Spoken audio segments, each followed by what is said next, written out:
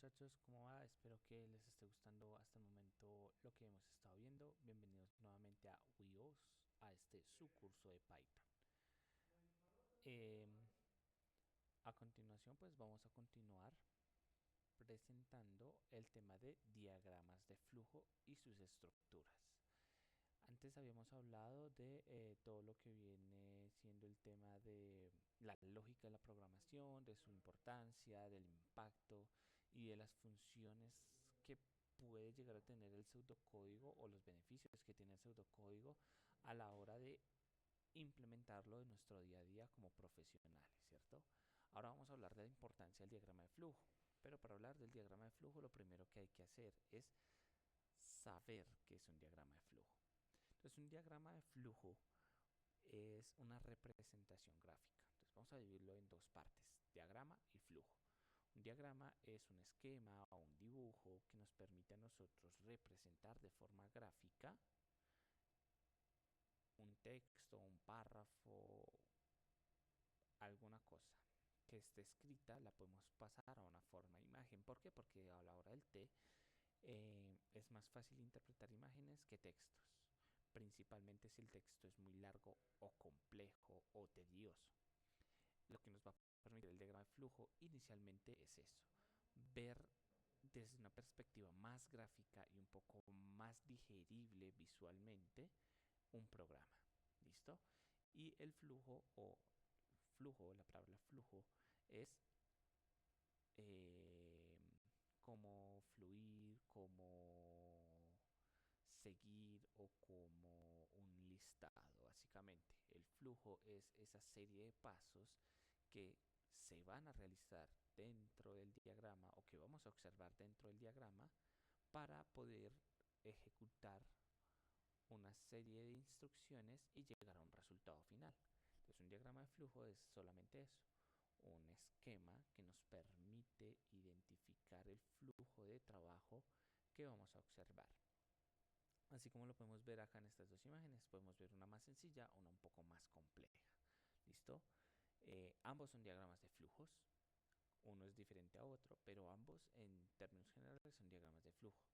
Nos permiten ver de forma visual el comportamiento de un sistema guiándonos por los símbolos que tiene cada uno y el flujo o la orientación o los conectores para identificar cómo va a ser el comportamiento en conjunto de todos esos símbolos y pues de qué manera podemos llegar a esa solución. Eh, ¿Cuál es la importancia de un diagrama de flujo en la programación? Es supremamente importante, ¿listo? Es el segundo paso. Después de que uno ha hecho el pseudocódigo, ha identificado cuáles son los objetivos del proyecto, cuáles son las variables, cuáles son las posibles soluciones y todo lo que esto conlleva, lo siguiente es diagramar o hacer el diagrama de flujo porque esto nos va a permitir varias cositas. Lo primero es una visualización del proceso. De cosas muy complejas me va a permitir verlo con mayor detalle. Eso va a permitirme una facilidad de identificar los diferentes procesos que abarcan mi proyecto y en donde puedo estar cometiendo errores, ¿cierto? Que es lo que nos lleva a nuestro segundo paso. O bueno, a nuestro segundo beneficio de hacer un diagrama de flujo y es eso, la reducción de errores en la codificación. ¿Por qué? Porque antes de entrar a la codificación, después de hacer un diagrama de flujo, lo que vamos a hacer es eso, es observar ese diagrama, ese proceso, ese flujo de trabajo que estamos realizando y ver cómo es el comportamiento, cómo entra la información, cómo se procesa la información, cómo se decide esa información, cómo se enruta y posteriormente cómo nos genera a nosotros un resultado o una finalización de ese proceso o de ese flujo. Eso nos permite organizar las ideas de forma estructurada, nos permite ver el flujo y nos ayuda a reducir esos errores para que posteriormente a la hora de hacer la codificación sea literalmente eso, codificar. codificar lo que ya tenemos. Y de esa manera no estaremos generando tantos errores de sintaxis o tantos problemas de, de flujo, sobre todo en temas de variables, procesos y cálculos, que muchas veces es lo que tiende a presentar problemas en un programa o en un código. Y todo lo contrario, ya lo único que nos tenemos que enfocar es en pasar todo lo que tenemos ya dibujado en una estructura o en un código, ¿cierto? Adicional a eso también hay otra cosa que nos va a permitir el diagrama de flujos y es la colaboración en equipo. Cuando hablamos en equipo no es solamente en un grupo de programadores, sino también en aquellos que interactúan de forma indirecta en esa colaboración. ¿Cómo así de forma indirecta? Nosotros como programadores sabemos programar, pero no sabemos sobre procesos administrativos, ni de recursos humanos, ni contables. Pero tenemos que trabajar muchas veces para esas dependencias. Tenemos que hacer programas contables. Y el contador, aunque sepa hacer toda la parte de contabilidad y todo lo legal, no sabe hacer un programa. Y yo como programador, por más que sepa de variables, de lenguajes y demás, pues no sé de contabilidad. Entonces sí o sí necesitaré de un contador para que me ayude a hacer el programa.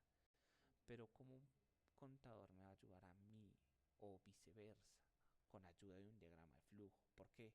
Porque ahí voy a mostrar de forma gráfica el flujo de trabajo y va a ser para mí como para esa persona que no tiene conocimientos, como para mi cliente o para la persona o usuario final, va a ser más fácil entender el diagrama de flujo y decir acá hay un problema, acá no, que hacerlo en el código.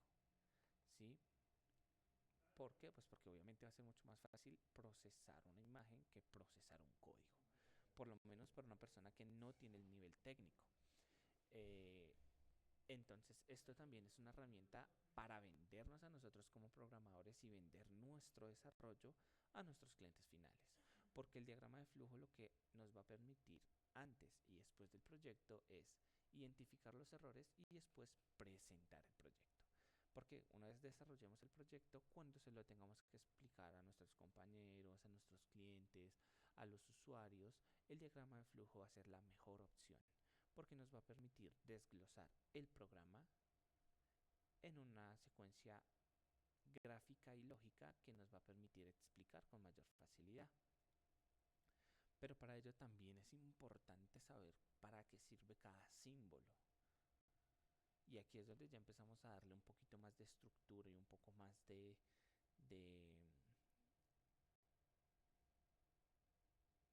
estricticidad, por decirlo de alguna manera, en cómo vamos a empezar a organizar las cosas. Anteriormente hemos hablado que en el pseudocódigo la ventaja es que podíamos desarrollar un programa desde nuestro lenguaje natural y sin necesidad de tener que estar cumpliendo reglas ortográficas, desde que se entienda suficiente, que lo importante era como tal la idea más allá de la redacción, pero naturalmente aquí ya cambia la cosa, aquí ya es necesario darle forma, ya es necesario cumplir unas reglas. ¿Por qué? Porque posteriormente cuando entremos en el lenguaje va a ser aún más estricto. Entonces, los símbolos están divididos en varios grupos. Hay uno que es de inicio y fin, que nos va a indicar el inicio o el final de un flujo de trabajo. ¿Por qué? Porque en un proyecto pueden haber muchas tareas o muchos trabajos independientes que la unión de todos ellos pues genera un resultado. Y para efectos de calidad, cada trabajo tiene su propia forma de abarcarlo o de solucionarlo. Entonces para ello está el inicio, lo que nos va a permitir identificar en dónde inicia cada proceso o bueno, cada proceso no, porque más adelante le vamos a llamar proceso de otra cosa, sino dónde inicia cada solicitud o cada trabajo o cada dependencia y también nos va a permitir identificar en dónde finaliza. ¿Esto por qué? Porque muchas veces un proceso tiene muchos inicios. Hablemoslo a nivel de un teclado. Un teclado tiene muchas letras y podemos hacer que cada letra tenga una función. Eso quiere decir que a nivel de teclado tenemos infinidad de posibilidades. Hablemos solamente de la A, la S y la D. Si yo espicho la A, es un inicio. Si espicho la S, es otro. Si espicho la D, es otro diferente. Porque pueden estar ejecutando cosas muy diferentes. Y su resultado naturalmente llegará a un final, que ese final nos dará un resultado totalmente diferente. Pero también es importante identificar que así como hay muchos inicios, también pueden haber muchos finales. Puede haber un inicio y tres finales, como pueden haber tres inicios y un solo final. Eso lo iremos viendo más adelante, pero lo importante es entender que muchas veces parece lógico, pero pues inicio-fin, uno dice, bueno, es el inicio y el final, listo. Pero pues estamos hablando de que pueden haber muchos inicios como pueden haber muchos finales. Adicional a eso también tenemos otros que son todo lo que viene siendo los de proceso. Son donde se ejecutan procesos, bien sea algorítmicos, bien sean lógicos, bien sea deductivos o solicitudes. Bueno, como tal en ese proceso podemos hacer operaciones matemáticas, podemos operar bases de datos, podemos enviar o sacar información, podemos solicitar información. Bueno, pero también tenemos otros que son los de decisión. Los de decisión son eh, los que particularmente tienden a cambiar el flujo de trabajo. ¿Listo? Los de decisión son aquellos que, dependiendo de la condición que se necesite, pues tomará un camino o tomará el otro. También tenemos los de entrada y salida, que los de entrada y salida, pues como bien lo indica, son entradas de información o salida de información, bien sea de bases de datos, bien sea de usuarios, bien sea de otros programas o otras aplicaciones, y lo mismo la salida, bien sea visualizaciones para el usuario, bien sea encender un LED, bien sea enviar información a una base de datos o bien sea culminar un trabajo. Y por último, los conectores. Los conectores me van a permitir a mí identificar el flujo que vamos a tener, el flujo de ese trabajo. Si va para arriba, si va para abajo, si va para el lado. Bueno, para que sea un poquito más gráfico y más entendible, acá pues tenemos diferentes símbolos. ¿Listo? No los vamos a trabajar todos porque esto solamente es un repaso rápido, algo que nos va a permitir identificar las herramientas que nos van a dar a nosotros la capacidad de desarrollar programas y de ser buenos programadores. No programadores, sino buenos programadores. Porque en las pequeñas cosas es donde entran los buenos programadores. Entonces, aquí tenemos, como ya habíamos hablado, de inicio y final, que nos indica dónde inicia y dónde finaliza un proceso, símbolos de acción, donde vamos a hacer procesos matemáticos, ingreso de datos, bueno, símbolos de documento, que lo que nos permite es mostrar al usuario un resultado, un mensaje, multisímbolos, que nos va a permitir mostrar múltiples o información anidada, estos que son los más importantes, que son los de decisión o ramificación, y se les llama ramificación porque dependiendo de la condición, si se cumple, hace algo, si no se cumple, hace otra cosa, lo que ocasiona una ramificación de un flujo. Símbolos de entrada y salida que nos permite interactuar con dispositivos de entrada o generar productos de salida o respuestas de salida.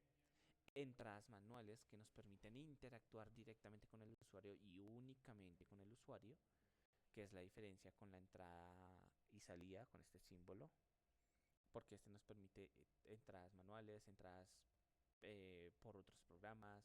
Bueno, este por el contrario son solo manuales. Símbolos de preparación, símbolos de conector, que este lo que nos permite es, pues digamos que estemos haciendo una presentación y ya acá se finalizó la presentación, pero necesito mostrar más, pues con este conector le pongo un identificador y le pongo el identificador al otro y así puedo identificar en dónde continúa, no finalice, sino dónde continúa el flujo. Y así sucesivamente veremos más símbolos, ¿listo? Otro símbolo importante son estos símbolos de bucle que nos va a permitir ejecutar un programa o una serie de pasos de forma constante hasta que se cumpla una sentencia. Y así sucesivamente. Ya si quieren un poco más de información, los invito a que entren, validen, observen cada una de esas posibilidades. Pero pues en sí estas son las diferentes opciones o diferentes símbolos que vamos a observar con sus diferentes funciones. Entonces, Adicional a eso también vamos a trabajar algo que eh, nos va a servir para entender un poco más de qué manera voy a hacer que funcione mi programa. Esto me va a servir a mí tanto en programación como en flujos de trabajo, como en muchos departamentos. ¿Esto por qué? Porque bueno, vamos a empezar con el primer tipo de flujo. Vamos a hablar de tipos de flujo. Este flujo es un flujo secuencial. ¿Qué es un flujo secuencial? Cumple un orden. Si no se hace uno, no se puede pasar al 2. Si no se hace el 2, no se puede hacer el 3. Y así sucesivamente. Como por ejemplo, hacer una taza de café. ¿Listo? Una taza de café se necesita primero tener el agua en un recipiente, luego hervirla, luego echarle el azúcar, luego echarle el café, luego mezclarlo y posteriormente servirlo. En ese orden de pasos se ejecuta para tener una taza de café. Si yo no le echo el café, no tengo café. Si yo no le echo el azúcar, bueno, puedo tener café, pero sin azúcar. Si yo no le echo agua, no voy a tener café o no me lo voy a poder tomar. Si yo hiervo primero el recipiente sin el agua y después le echo el agua, no estoy haciendo nada. Si yo primero revuelvo y después echo los ingredientes, pues tampoco estoy haciendo nada. Entonces, sí o sí, el flujo se tiene que hacer en ese orden específico o si no, no tendremos una salida eficiente. Eso es un flujo secuencial. Sí o sí se tiene que hacer un paso para poder pasar al siguiente y luego al siguiente. Solamente lineal. Es un flujo lineal. Listo. Entonces, aún acá, pues para el instrumento, bueno, ya lo dije. Me salté un poquitico. Posterior a eso tenemos un flujo condicional. ¿Listo? Los flujos condicionales lo que nos permiten es tener un flujo, naturalmente va a seguir habiendo un flujo, pero va a llegar a un punto de esa serie de pasos en donde se pregunta a uno qué hay que hacer. ¿Listo? Si pasa esto, hago esto. Y si no, hago lo contrario. Por ejemplo, la condición de la lluvia. ¿Listo? Un flujo condicional me va a permitir a mí tomar una decisión que cambia el rumbo del programa. Si llueve, pues, pues abro el paraguas. Si no llueve, no abro el paraguas. ¿Listo? Entonces, ese tipo de flujos condicionales tienden a haber ramificaciones. ¿Listo? ¿Por qué? Porque vamos a hacerlo como, bueno, yo me levanto en la mañana, normal, me baño, me arreglo, me visto. Ese es un flujo que sí o sí va a existir, que es el inicio. Pero antes de yo salir de la casa, miro al cielo y me pregunto, ¿llueve o no llueve? O sea, ¿está lloviendo o no está lloviendo? Si está lloviendo, tengo dos opciones. Me quedo en casa a ver una película o cojo el paraguas y me voy al cine. Pero si no llueve, tengo también varias opciones. Me puedo ir a caminar al parque o puedo ir a un parque de diversiones, ¿cierto? Ahí ya va variando. Pero la condición lo que nos permite es identificar en qué situación está y dependiendo de la situación tomar una decisión. Y dependiendo de esa decisión, pues ejecuta el resto de pasos. Porque si está lloviendo, pues saco el paraguas, voy hasta el cine y veo la película. Pero si no está lloviendo, también me puedo quedar en casa y ver la película. Perdón, si está lloviendo y no quiero salir, puedo quedarme en casa y ver la película. Si por el contrario no está lloviendo, está haciendo sol y quiero salir, pues puedo salir. Camino y hago las actividades que tengo que hacer. Eso es lo que nos permite un flujo condicional, hacer una ramificación, que el programa no se tenga que detener. A diferencia del de flujo, del de secuencial, que si no hay tinto, pues, o sea, si no hay café, no se puede hacer el tinto. O si no hay agua, pues no se puede hacer nada. O sea, hasta ahí llegó. La condicional, por el contrario, sí me lo va a permitir. Si no tengo café, pues no sé, de pronto puedo hacer agua panela. Hay soluciones. Entonces ahí se empieza a ramificar. Esa es la diferencia. En este tipo de configuración o en este tipo de lógica, sí o sí se utiliza para que se tenga que hacer un proceso y que ese proceso sea inalterable. Para eso sería un flujo secuencial. Si por el contrario lo que necesito es validar una situación y dependiendo de esa situación ejecutar una orden, entonces me sirve más el condicional. ¿Listo? Adicional a eso, también tenemos el flujo repetitivo. El flujo repetitivo nos va a permitir a nosotros ejecutar un programa de forma repetitiva n cantidad de veces hasta que un resultado sea satisfactorio, ¿cierto? Entonces, una ejecución de múltiples instrucciones. El flujo repetitivo o bucle permite ejecutar el conjunto de instrucciones múltiples varias veces hasta que se cumpla la condición que estamos necesitando o requiriendo para el sistema. En programación es fundamental ya que muchas veces eso optimiza y reduce el código mejorando la eficiencia del proceso, como lo vimos en el video anterior, que podíamos hacer n cantidad de veces la solicitud de números para poder ejecutar el proceso, ¿cierto? Entonces, vamos a hacer ejemplo, vamos a hacerlo ahí rápido para que vean un poquito la diferencia. Entonces, antes habíamos hablado de la suma de dos números, esta vez lo vamos a hacer muy rápido. Entonces, esta vez vamos a hacer la suma de n números, ¿cierto? Para la suma de n números, como lo habíamos hecho anteriormente, se necesitaba pedir el primer número, luego el segundo y así sucesivamente. Con este nuevo modelo o con esta nueva configuración, lo que podríamos hacer es primero preguntar cuántos números se van a sumar. Después pedir un número a sumar. Después, para que sea funcional, lo que podemos hacer es determinar la operación suma en este caso. Luego pasamos a, una vez determinada la operación, que en este caso es suma, pues sumamos el número actual con el anterior. Y por último,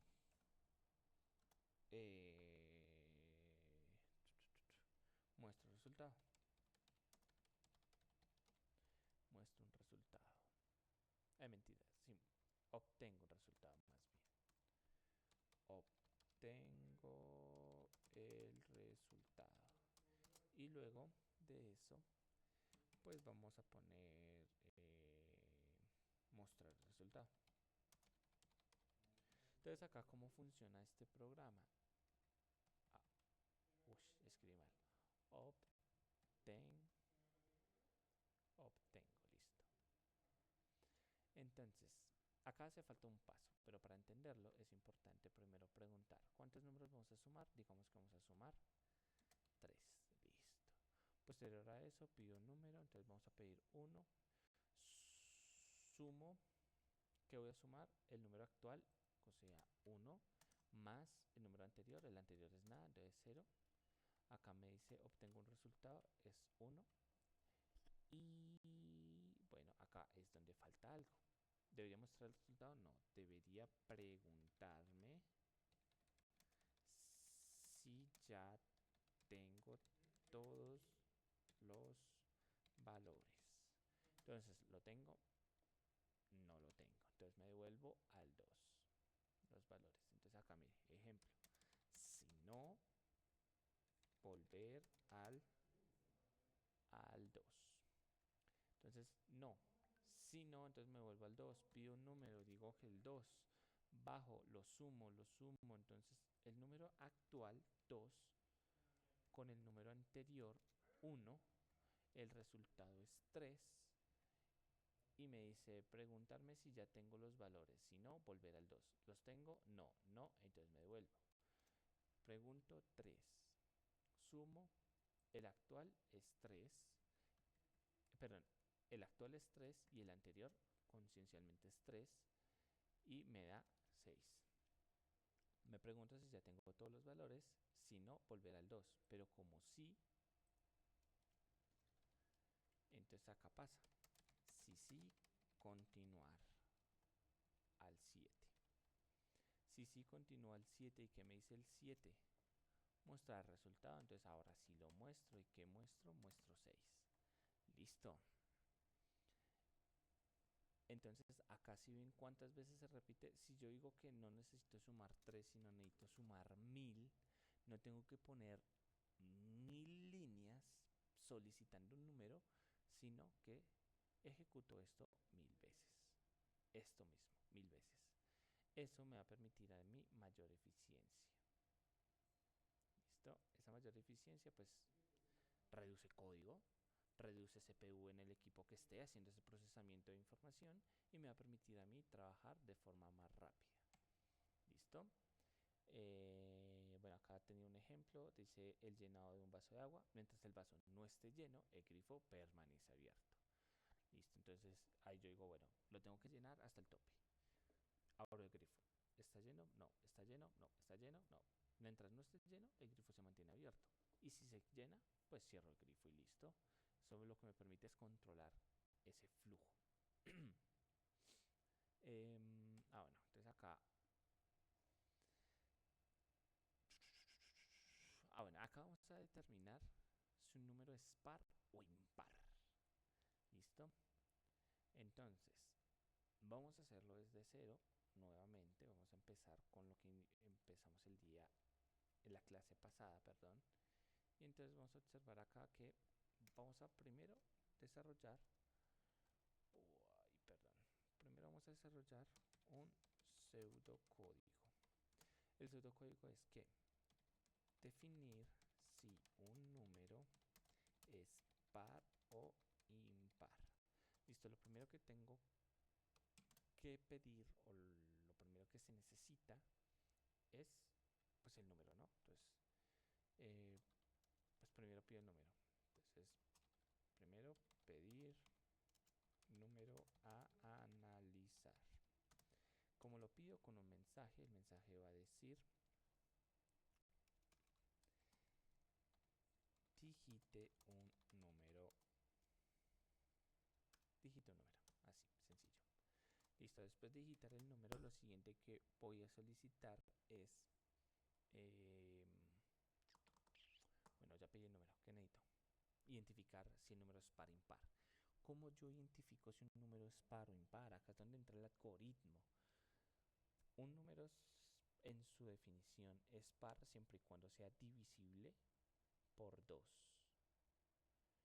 Si su división en 2 no da un resultado 0, entonces el resultado va a ser que es impar, ¿cierto? Entonces para ello tomo el número y lo divido por 2 hasta llegar a 0. Listo, divido un número en 2 hasta llegar a 0. Posterior a eso me pregunto, bueno, 0 o casi 0. Listo. Ahora, ¿por qué 0 o casi 0? Porque pues como lo dijimos, un impar nunca va a llegar a 0. Entonces, ahí solamente si dejamos eso hasta acá, el programa se va a repetir infinitamente. Si el número es impar, se va a reproducir infinitamente sin llegar nunca a un resultado. Entonces, esto es importante. 0 o casi 0. O, también podremos hacer esto. Hasta llegar a menor a 1. ¿Cierto? Perdón. Menor a 1. Listo. También es otra opción. Ahora, una vez hecho eso, lo siguiente que tengo que hacer es preguntar. Bueno, tomar una decisión.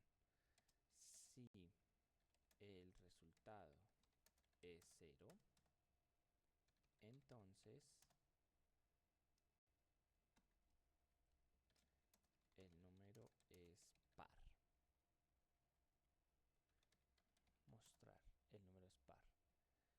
coma, si no, el número es impar. Listo. Y listo. 3 pasos. Ay, supremamente rápido. Y vamos a hacer la prueba, ¿cierto? Entonces, vamos a hacer la prueba rápido. Acá digite para pedir un número, entonces vamos a seleccionar un número. Vamos a empezar con el número 10, ¿cierto? Entonces, 10 dividido 2 es 5. Listo. ¿Es menor a 1? No. Entonces tengo que continuar. Bien, entonces como tengo que continuar, acá lo siguiente que tengo que hacer es dividirlo nuevamente en 2. Pero ya me va a dar 2.5. Eso quiere decir que si yo sigo haciendo esto, me va a decir que el número es impar. ¿Por qué? Porque 2.5 dividido en 2 pues va a ser 1.25 y así sucesivamente y nunca me va a llegar a 0. Pero sabemos que el número 10 es par. Entonces miren lo bonito que es hacer este tipo de ejemplos. El pseudocódigo me acaba de mostrar que yo acabo de cometer un error en mi lógica. Tomo el número y lo divido por 2 hasta llegar a 1. Ahí estaría mal.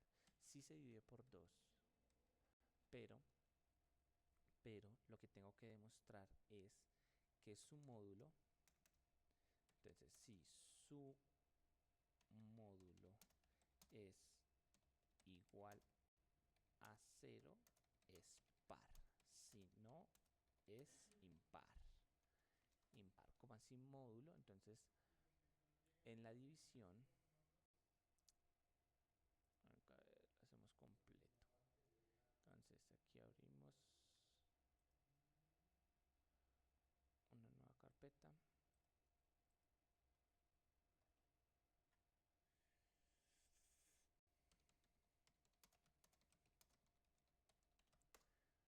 Listo. Entonces, el módulo o residuo o resto es lo que uno hace en la división. En matemáticas en programación, el módulo es una división también conocido como residuo o resto. Es el valor que sobra después de dividir un número por otro, ¿cierto? Entonces, bueno, esto lo veremos más adelante, pero el módulo es exactamente esto. Si yo divido un número, acá, si yo divido un número, lo que necesito analizar no es el resultado, no es el cociente, es el módulo, es el resto. Entonces, yo divido 10 en 2, encuentro que si como cociente pongo 5, 5 por 2 me va a dar 10. Y 10 al dividendo, pues es 0. O sea, acá tengo 0. Eso quiere decir que efectivamente he llegado a 0. O sea, que es impar. Pero si yo lo hiciera con otro número, llamémoslo... mire, ejemplo, mire, acá está. 10 módulo de 2 es igual a 0. Pero si yo lo hago con un número diferente, ejemplo, el 15, 15 dividido 2, entonces un número que se le acerque sería el 14, por ende sería 7, 7 por 2, 14. Como residuo me quedaría el 1. De ahí en adelante ya tendré que empezar a fraccionar, o sea, poner una coma. Entonces tendrá que poner 7, algo para tratar de llegar a el 0, que era lo que nos estaba pasando. Entonces, como tal, lo que tenía que ser era un módulo. Si el módulo es igual a 0, el número es impar. Si el módulo es diferente de 0, el número es impar. ¿Listo? Entonces, en ese orden de ideas, esto es lo bonito del pseudocódigo. ¿Sí ven cómo me permitió analizar a mí el problema y de una vez corregirlo antes de irme a la programación? Porque en la programación me hubiera podido haber dado, pero no es el resultado que esperaba.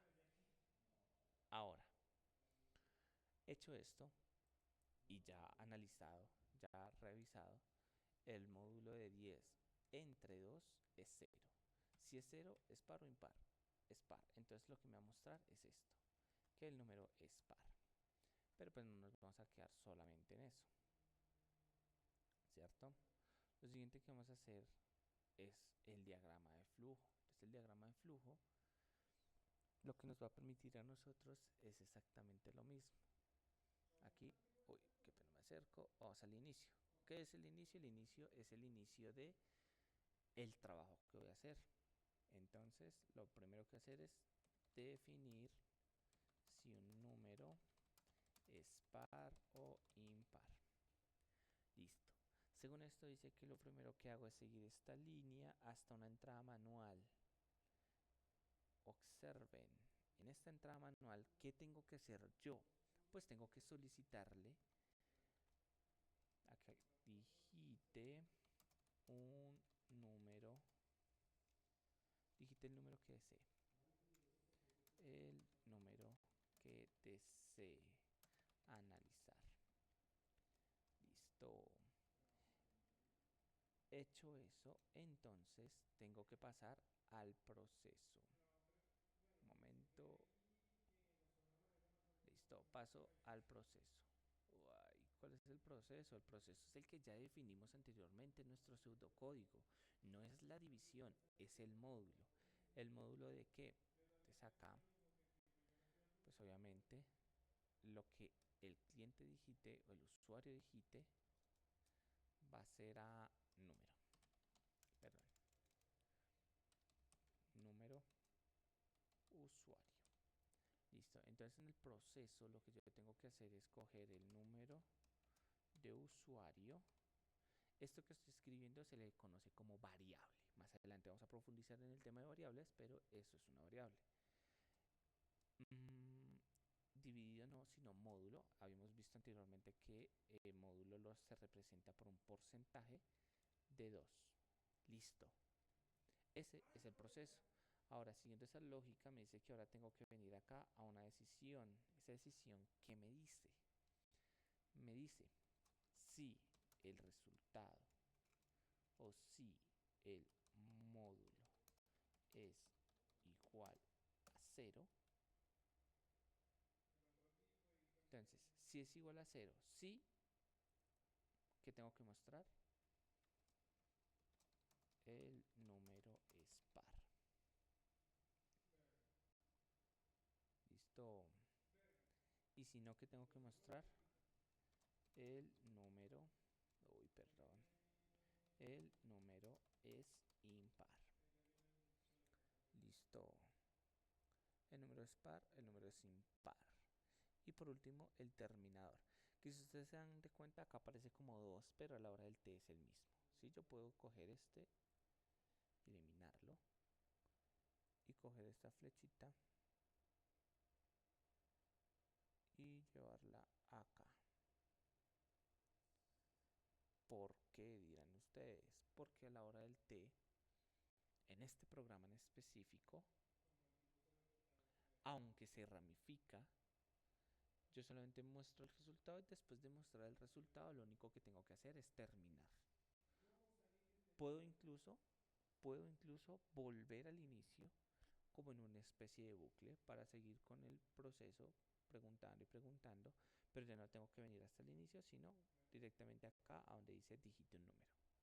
Y ahí quedaríamos infinitamente hasta que complete n números, ¿cierto? O sea, acá, por ejemplo, en este diagrama, podría decir definir si un número es par, impar o impar de 10 números, ¿cierto? De 10 números. Entonces, para que eso funcione, antes de terminar, antes de que todo acabe, yo ya mostré el mensaje.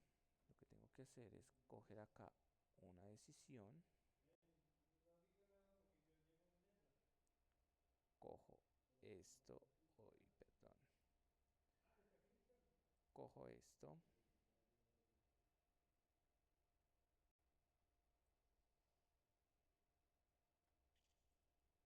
eliminémoslo más rápido.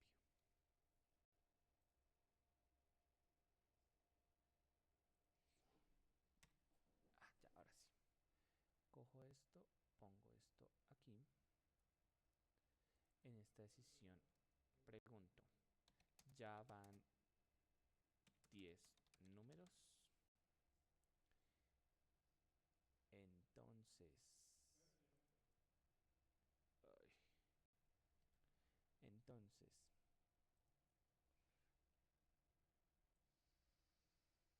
vamos a poner a este lado. Eh, Aquí. Listo. Si no, si no, entonces se devuelve nuevamente a dígito un número, haga todo el proceso, muestre lo mismo y haga el proceso hasta llegar a 10. Si llega a 10, entonces lo que tengo que hacer es aquí. Si llega a 10, que está mal.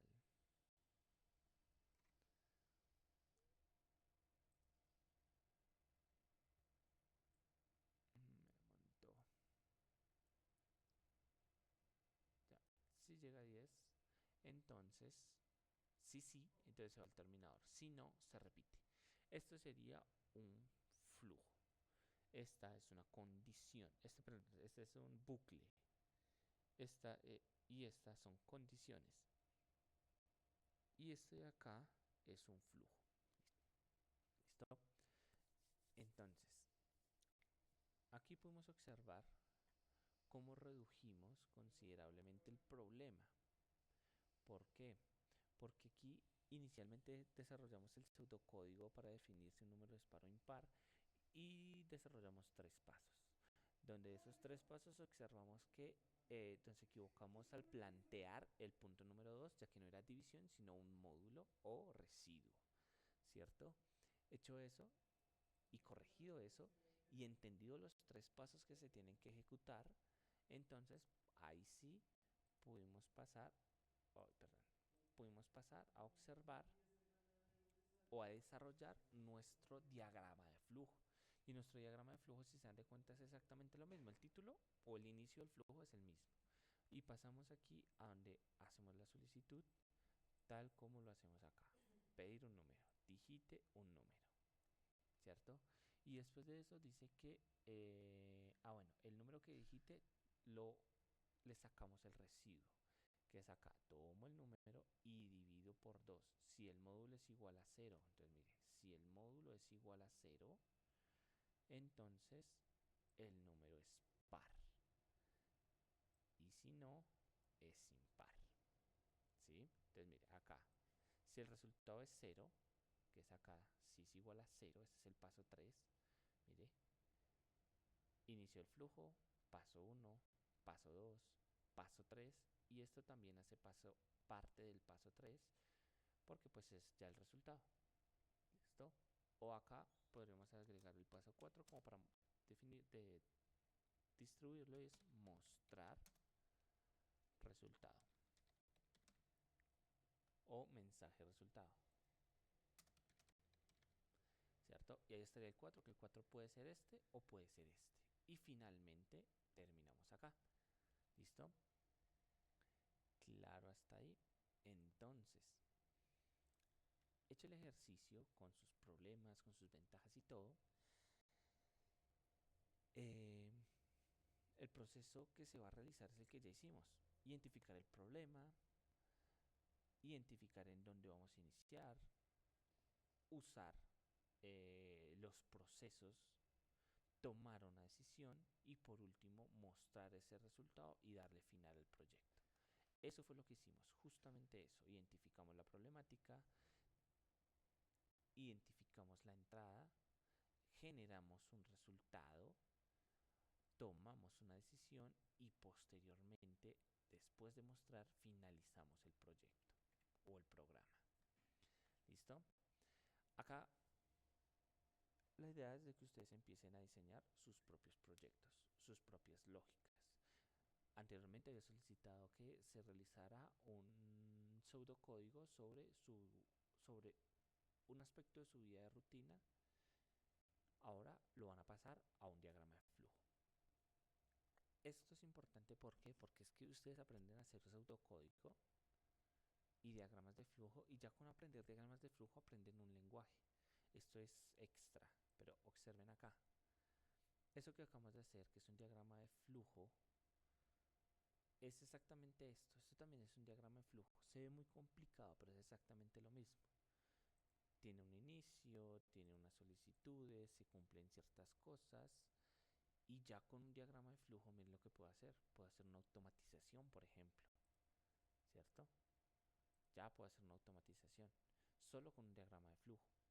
Imagínense lo que uno puede hacer cuando aprende a programar. ¿Listo? Entonces, eh, hecho eso, la invitación es eso. Que estudien un poquito más de diagramas de flujo, que pasen su rutina o el programa que hicieron, el pseudocódigo que hicieron para el video anterior, lo pasen ahora a un diagrama de flujo. Que observen, que validen, que este programa de acá, buenísimo.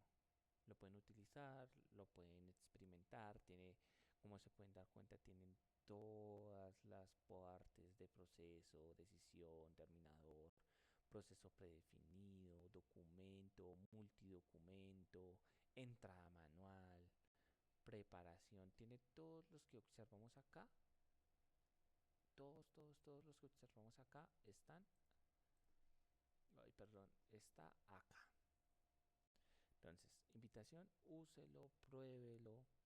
Aprender a hacer esto le va a abrir usted puertas, porque si usted aprende a hacer un flujo de estos, un flujo de trabajo, una lógica, usted también lo puede implementar en Power Automate, relajado, incluso en correos electrónicos, porque, ejemplo,